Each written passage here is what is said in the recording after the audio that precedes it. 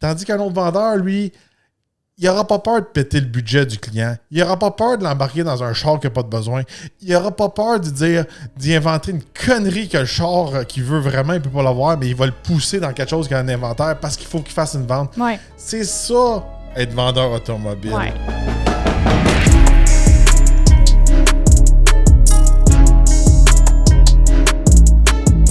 Aujourd'hui au Talk Podcast, On vous parle de carrière dans le domaine de l'automobile et on commence avec le métier de vendeur.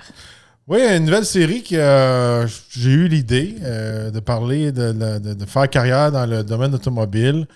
On reçoit souvent des messages à toutes les semaines. J'aimerais peut-être faire une série si ça fonctionne bien. Je pourrais dire dans tous ceux qu'on a eu un peu un contact avec. Toi, tu as passé beaucoup de temps en concession. Oui. Moi, j'ai touché à concession, événements, financement, corporate, Etc. Fait que j'ai pas fait tous ces postes-là, mais j'étais en contact avec. Aujourd'hui, on va vous donner notre avis. Comment je pourrais dire? On n'est pas là pour faire une publicité. C'est un job fantastique aussi ou ça. On vous dit notre avis à nous, la vérité. Peut-être que c'est un épisode qui va déplaire à des gens parce qu'habituellement, ils aiment ça peinturer une image. Ouais. Puis on part fort avec la vente automobile, vendeur automobile. Je trouve que vendeur automobile, dans mon livre à moi, c'est un peu comme un genre, une image de policier. Tu sais?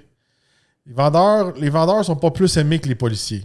Souvent, les policiers sont plus aimés que les vendeurs, mais en général, tu sais, quand on veut se lancer là-dedans, je trouve que souvent, ils nous maquillent ça de la belle façon. C'est comme à la télé. Être policier, tu vas faire une enquête, tu vas résoudre des crimes, tu vas aider la société. Puis en fin de compte, tu te retrouves dans une petite ville, puis là, tu donnes juste des tickets, puis tu réponds juste à du monde qui sont en train de faire une crise d'angoisse ou des dépressions. Tu comprends ce que je veux dire? Ouais. C'est pas les méga crimes, puis c'est pas qu'est-ce que peut-être que t'avais cru au début. Vendeur, c'est un peu ça pour moi. Tout dépendant. Regardez, moi, je donne mon expérience. Ça fait un petit bout de temps que je suis un petit peu moins en contact avec les concessionnaires. Je vous rappelle que j'ai le cheminement aussi pour gérer un concessionnaire. Puis j'ai fait des stages. Puis j'ai déjà passé du temps vendeur. Pas des années de temps, juste des temps dans différentes concessions. Puis juste pour mettre les choses en perspective, c'est pas tous les concessionnaires qui sont comme ça. C'est pas tous les concessionnaires qui marchent de la même façon. Non. C'est pas tous les concessionnaires qui ont la même espèce de payroll là, que je pourrais dire que la même façon de payer. Il y en a qui vont payer plus de base, il y en a qui ça va être plus en commission, il y en a qui ça va être à 100% commission.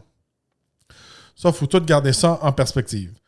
Mais en général, on parle de nos expériences. Ouais. Regardez, moi j'ai fait des stages, j'ai travaillé un peu, voir si j'allais aimer ça. Dans un concessionnaire, c'est que souvent une place que tu passes, si tu veux monter dans la concession, tu peux pas tomber comme gérant des ventes ou manager sans avoir passé comme vendeur. C'est ça. Puis en plus, moi, j'ai fait de la formation de vendeur sur le produit, pas de la vente. Fait que je pourrais dire en général, un bon vendeur, il aime la vente. C'est pas un passionné automobile. C'est plate à dire.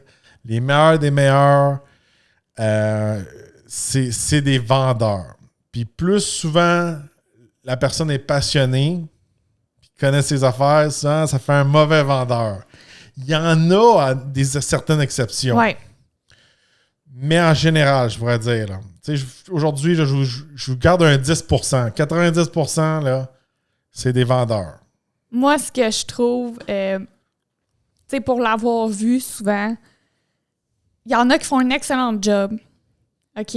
Mais je trouve que c'est une job un peu que tu pars de reculons parce qu'il y en a qui ont tellement juste poussé la vente au détriment du besoin de son client, du produit, de ci, de ça, que il y a des gens qui ont été échaudés, puis là, ils partent à reculons, puis là, quand t'es comme un bon vendeur en voulant dire que tu prends soin de ta clientèle, puis tu t'appliques vraiment bien dans ton métier, des fois, il faut que tu ailles regagner la confiance du consommateur comme avant même de te rendre à y vendre un produit.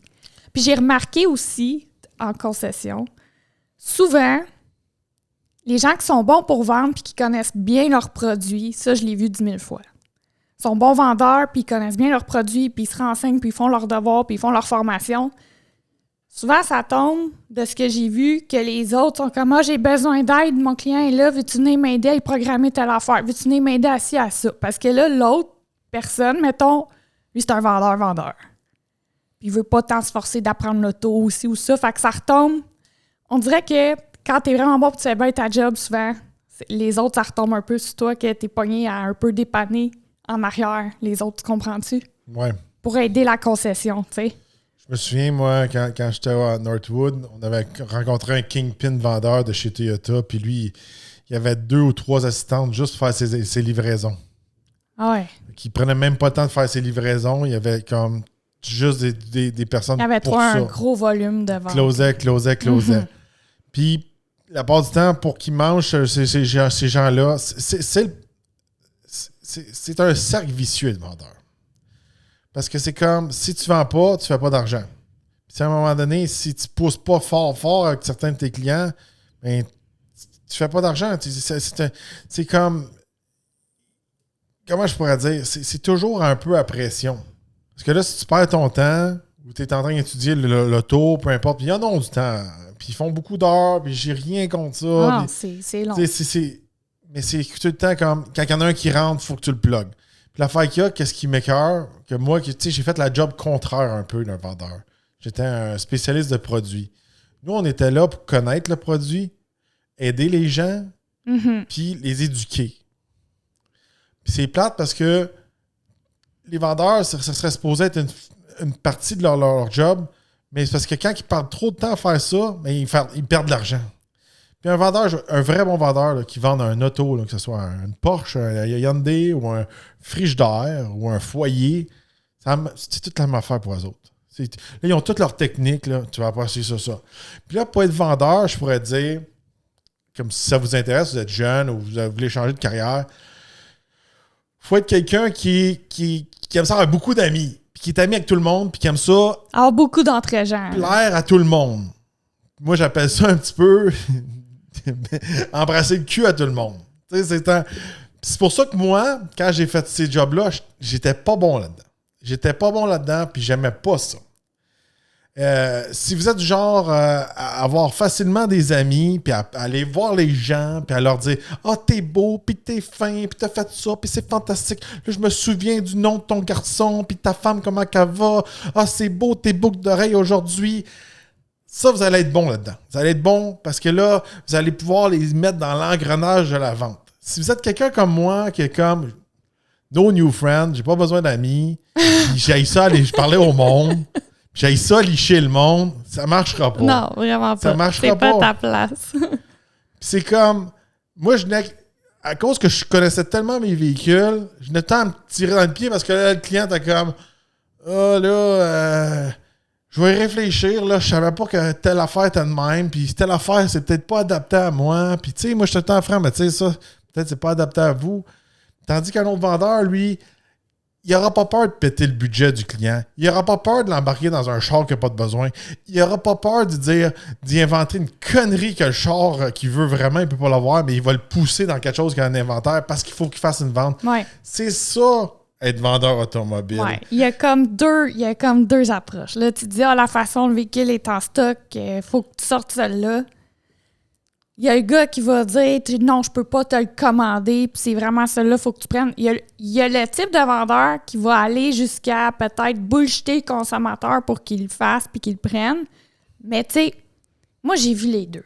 J'ai vu quand je dis excellent vendeur, c'est que le gars, là, c'est comme, toi, t'es mon client, je prends soin de toi, puis je m'assure que tu trouves le produit adapté dans ma concession. Mais je veux, tu sais, le gars fait sa job, puis le gars était franc. Je veux que tu achètes chez nous. Je veux que tu fasses affaire avec moi. Mais il explique. Là, il est comme, gars, je peux te commander le truc que tu veux. Ça va te prendre tant de temps à peu près, peut-être. À date, il estime à ça, OK? Mais j'ai lu en stock, puis je peux te faire un rabais. Tu sais, j'ai vu des gars être francs. Puis les vendeurs mais qui jamais agissaient... franc à 100%. Écoute, les vendeurs non, mais tu sais, regarde dans ton exemple, je peux défaire ton exemple. C'est comme, j'ai lu en stock, je peux te faire un rabais, mais l'autre qu'il faut que je commande, ça va te prendre du temps. Tu parles comme une vendeuse parce que tu as déjà été là-dedans. Oh, mais j'ai jamais été vendeuse. Non, mais tu t'étais FNI. Ça peut être un épisode pour un autre jour. Oui. T'étais dans la même engrenage qu'eux autres. Même si c'est payé, tu vendais de l'air. Bon.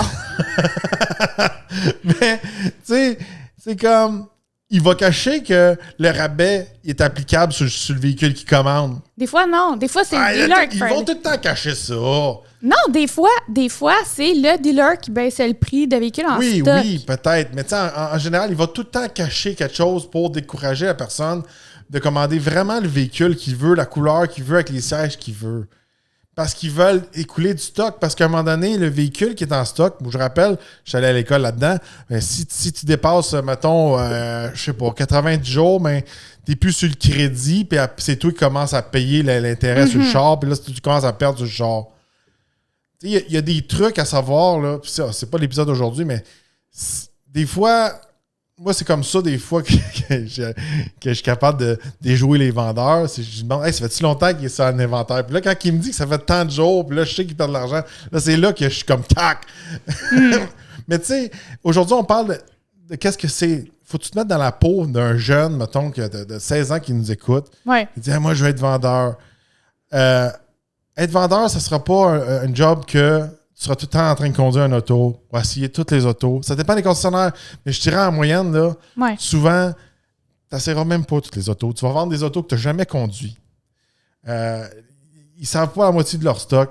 Quand on les emmenait, nous autres, pour les éduquer, les vendeurs, il y en avait qui étaient à leur affaire parce que c'était des vendeurs qui étaient bons. Le reste, ils niaisaient. Ah, ils niaisent. Moi, j'en ai vu. S'ils ne connaissent pas les produits, le client pose des questions, puis au lieu de dire « Ah, je le sais pas », t'sais, au lieu de juste faire ses formations de produits, il est comme il niaise, puis après ça, là, c'est là qu'il y a certains vendeurs qui vont sortir n'importe quoi, puis des choses pas vraies, ou bullshiter un peu au lieu de dire « Oh, je connais ça, madame. » Non, tu connais pas ton produit.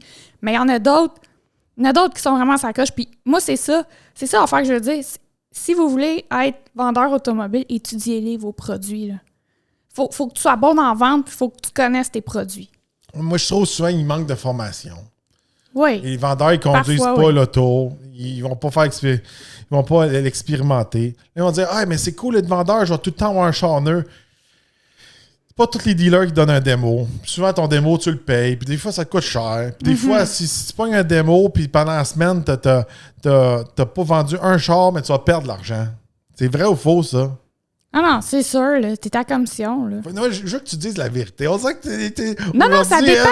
Parce qu'elle a passé beaucoup de temps dans les concessionnaires. Elle est comme sur la défense un peu. Non, pas du tout. Puis moi, je peux te le dire, puis même dans les concessionnaires que j'ai travaillé, tu sais, un peu qu'est-ce que je disais tantôt, c'est un peu des expériences personnelles. Tu sais, j'ai vu des gars qui étaient comme niaisaient tout le temps, puis connaissaient pas les produits, puis là, se mettent à bullshiter, puis pas savoir quoi faire. Puis j'ai vu d'autres filles et gars qui étaient vraiment sur la coche, qui connaissaient leurs affaires, puis ça finissait tout le temps, qui allaient un peu démerder les autres pour le concessionnaire, tu comprends? Tu sais, ça, je trouvais ça plate. Parce que c'est une job... Je trouve que c'est une job qui est... T'es tout le temps soit up and down. Tu sais, il faut que tu aies un bon mindset. Tu fais beaucoup d'heures. C'est exigeant. Mais c'est facile de tomber à comme un peu de pogner le cul puis rien faire puis finir que c'est un peu dans la merde. Mais ceux qui réussissent vraiment, là, ceux que j'ai vus qui ont des clients, qui réussissent, qui se montent une clientèle, tout ça, c'est jamais ceux qui bullshit vraiment beaucoup. Tu sais, je pense à des gars plus spécialisés qui vendent des camions ou, exemple, des sprinters chez Mercedes. Le gars qui était là au moment où je travaillais connaissait vraiment ses produits. Il était vraiment sa coche puis c'était comme pas de bullshit, c'est ça que t'as, puis il savait comment dealer avec cette clientèle-là. Mais, comment je peux dire? C'est un métier un peu mal aimé des fois, parce qu'il y en a qui font tout, on dirait, pour se faire haïr dans cette job-là. Mais moi, regardez, j'en avais qui venaient au salon de l'auto, là. Je pourrais dire, là, de tous les vendeurs, là, peut-être exception d'un ou deux, là, mes buddies, là, qui venaient il y en a pas beaucoup. À Montréal, là, qui venaient avec moi, là. Le reste, là, je voulais rien savoir qu'ils soient sur le plancher avec nous autres. La façon qu'ils répondaient au monde, ils répondaient tout croche. Ils disaient n'importe quoi. Ouais. Ils essayaient de closer le monde. Ils étaient bêtes souvent avec le monde. Je sais que des fois, il y a certains dealers qui envoyaient le monde, des vendeurs au centre de l'auto comme en punition. C'est celui qui avait le moins de ventes. Ou des fois, ils nous envoyaient le kingpin. Ouais. Mais tu sais, je trouve qu'en général... J'ai vu tellement d'affaires. J'en ai déjà dit à un moment donné. J'avais un Asiatique avec moi là, à Ottawa. Il voulait pas parler à aucun autre... il voulait juste parler à des Asiatiques. Puis il voulait pas parler à personne en français. À Ottawa, c'est bilingue, là. Ouais. Fait que là, j'ai dit, si t'es pas capable de répondre à une question d'une personne d'une autre race... Ethnicité que toi. que la tienne, t'as un problème, tu vas retourner à ton concessionnaire. Ouais. Des affaires déplacées, là, les pires gaffes, les pires accidents que j'ai vus, là, c'était des gars de concessionnaire. J'ai vu un gars pogné... J'irais pas à marque, là, mais c'était un gars, là, typique vendeur, là, la chemise ouverte, le chest qui sort, les chaînes, là, puis les bagues, là, puis moi, je vends des chars. Dans des cas, il expliquait un gros truck, un gros VUS. Là, il dit... là, c'était dans le temps qu'on commençait à avoir des portes qui fermaient tout seul. C'était encore nouveau dans ce temps-là, là, ça fait longtemps, là. Il dit, il y a des sensors, tout le kit, là. Il dit, regarde, ton enfant peut mettre son doigt, il fermera pas. Mais tu peux mettre un bras ou ta tête, ça va arrêter. Pas un doigt d'enfant. Un doigt d'un enfant de 5 ans. Là, il a quasiment coupé le doigt de l'enfant de 5 ans. Ça saignait. Puis là, il voulait poursuivre la compagnie. Mais là, c'était le gars du dealer. Puis là, c'est tout le temps des patentes, là. Puis là, je te dis, là, je fais une parenthèse. Là, je sais pas si les gars de dealer, là, ils étaient trop entre gars, là, à passer trop de temps, là, à fumer des cigarettes et à boire du Red Bull, là. Quand il venait au salon de l'auto, il était tellement excité à voir une fille, il s'en était déplacé. Je te jure, Marie-Ève, il y a un gars, j'ai dit, arrête de zigner le bureau. Oh mon Dieu. Il était là, il regardait la fille, puis là, il zignait le bureau en regardant la fille. Hey, je dis, c'est quoi, là? On vous a sorti d'un zoo? On vous a sorti de la cage? C'est quoi ça, là? Je dis, calmez-vous, les gars, vous êtes déplacés à 1000%, là. Ah, il y en a, sans niaiser, il y en a des spécimens. C'était effrayant. Moi, je voulais rien savoir de travailler avec eux autres parce que c'était... En tout cas, ça, mais là, ils étaient en dehors de leur élément. Moi, quand j'ai travaillé dans la concession, j'aimais pas ça. Je trouvais que les journées étaient longues. C'est long. T'attends que le monde rentre. C'est extrêmement long. Tout le monde est stressé. Tout le monde est tout le temps café, Red Bull, d'autres substances. Ben, c'est comme ça, je t'ai dit, c'est up and down. Café. Faut que tu aies ton mindset, tu sais, parce que des fois, c'est mort puis t'es là. Là, t'as le manager de 9 comme, à 9, go les gars, il emmène une caisse de Red Bull. Moi, j'avais pas ça. Puis c'est comme, tellement la pression, ouais, close-les, puis ouais, cross-les, puis tu sais, j'haïssais ça. À chaque fois que j'ai été dans cette position-là, j'aimais pas le travail, j'aimais pas l'expérience, j'aimais pas l'ambiance, j'aimais pas les collègues de travail. Tu sais, je vous le dis, je suis franc avec vous autres, puis il y a des gens qui sont faits pour ça, puis je vous l'ai dit, je suis pas quelqu'un qui va approcher les gens, puis qui va dire « Ah, t'as une belle boucle d'oreille. » C'est dans les jobs que j'étais comme, je me sens pas à l'aise, je me sens pas dans mon aimant. Même si j'étais dans l'automobile, j'avais l'expérience, j'avais tout pour ça, j'avais le pedigree, j'avais le CV, c'était pas pour moi. Non. Puis l'affaire que pour vrai, là-dedans, écoute, je suis vraiment franche, c'est ça que j'ai. Moi, je trouve que c'est une belle job, mais c'est beaucoup d'heures, c'est stressant. Faut que tu connaisses tes produits, puis je trouve faut que tu sois capable de dealer avec, justement, les petits jokes que toi, tu parles. Parce que, comme je t'ai dit, quand ceux qui font vraiment bien leur job, tu sais, moi, j'ai observé souvent, là, ou en retrait, ou tu sais, puis il y en a qui font vraiment bien leur job, mais ils payent pour les autres qui en font mal. Ouais. Combien de fois, nous, c'est arrivé qu'on est allé acheter un auto puis que le gars essayait de nous en passer une puis on est comme... Mais tu sais, comme une fois, je parlais avec un propriétaire d'un concessionnaire puis j'étais comme... Et là, j'avais un de ses vendeurs. Il était bien gentil, le kit, mais c'est comme... Je trouvais qu'il était pas fiable. Tu sais, c'est comme... Il était full comme gambler, full addict à des drogues, tout le kit. Puis là, j'étais comme... Pourquoi tu gardes ça sur ton plancher, tu sais? Il dit, c'est sûr qu'il y a des downs, mais il dit, il y a tout le temps un down quand il a fait tout son argent. Il dit, il perd tout son argent. Puis là, quand il commence à être endetté, là, où il a emprunté un pawn shop ou je sais pas trop quoi, là, il vend, il clenche tous les autres vendeurs. Ouais. C'est correct, tu as fait tes chiffres de vente. Mais tu sais, en bout de ligne, puis c'est ça qui a affecté la vente. Puis c'est ça, je dis que c'est un cercle vicieux. C'est qu'en bout de ligne, ton service, le service que tu as donné, l'image que tu donnes, sous la bannière, tout ça. Moi, je savais, quand je travaillais dans les concessions puis je faisais de la formation, c'était bien dur de mettre impliquer une image puis une certaine expertise à ces vendeurs-là. Parce que, justement, ils étaient vendeurs. Puis l'affaire qu'il y a, c'est que le gros problème, c'est de la façon qu'ils se font vendre, qu'ils sont payés. Tu sais, l'affaire qu'il y a, c'est que si tu leur donnes trop un gros salaire de base, ils ne se forceront pas à faire des ventes. Ouais. Si tu leur donnes juste la commission, mais là, souvent, le côté service puis image, il prend un coup. Il peut prendre un coup. Puis moi, quand j'étais à l'école à Northwood, c'est ça qu'il fallait balancer dans nos affaires. Comment on allait payer notre staff, puis qu'est-ce qu'il allait faire des meilleurs résultats, puis on voyait qu'est-ce qu'il faisait ça. Puis on faisait des simulations, puis c'est ça qu'on faisait à Northwood, à mon école, à l'université. Mais tu sais, juste ça, c'est comme un cercle vicieux. Puis c'est plate à dire, c'est comme quand je vois des nouveaux arriver, comme Tesla, puis ces affaires-là, qu'eux autres, ils ont juste des showrooms avec des product specialists. Tu peux tout commander en ligne. Ouais. Je trouve que l'expérience pour le client est mieux qu'avec une concession. Mais les vieilles compagnies old school, ils peuvent pas tellement faire ça parce que, justement, des fois, eux autres, à l'usine, ils pompent trop de chars ou ils pompent un surplus de chars pour rien. Puis là, après ça, c'est les vendeurs qui sont obligés de se débarrasser de ça puis de vendre ça n'importe comment. Ouais. C'est comme ça que eux autres, c'est ça leur cercle vicieux qui sont rentrés dedans, qui sont pas capables de se sortir. Tandis que si tu as une espèce de système un peu comme Tesla, ben tu peux un peu faire comme t'en commandes un, on en pompe un. Tu comprends ce que je veux dire? Ouais, c'est ça. Mais là, il y en a qui sont pognés avec des affaires que là, ils peuvent plus écouler. Là, non, je comprends. Tu sais, c'est un tout, hein? C'est ça qu'il faut garder en tête. Il faut que ça fasse plaisir à ton client, il faut que tu écoutes ta marchandise, c'est tout ça mis ensemble. Mais, tu sais, moi, d'expérience, qu'est-ce que j'ai vu, là? Ceux qui sont comme crosseurs, si je peux dire. Ouais. Tu sais, qui essayent de vendre à tout prix, tout ça, sont comme, j'ai fait une vente, ouais, mais c'est ta seule vente que tu vas faire à cette personne-là. C'est ça. Puis les gens qui s'appliquent, qui font attention, tu sais, qui font bien leur job, qui font plus d'efforts, qui connaissent leurs produits, eux, ils pognent un client, prennent plus de temps avec, mais le client revient tout le temps. Puis là, ils se montent une clientèle. Puis moi, j'ai vu des gars... Ceux qui faisaient gros de l'argent, c'est ça qu'ils faisaient. C'est ça.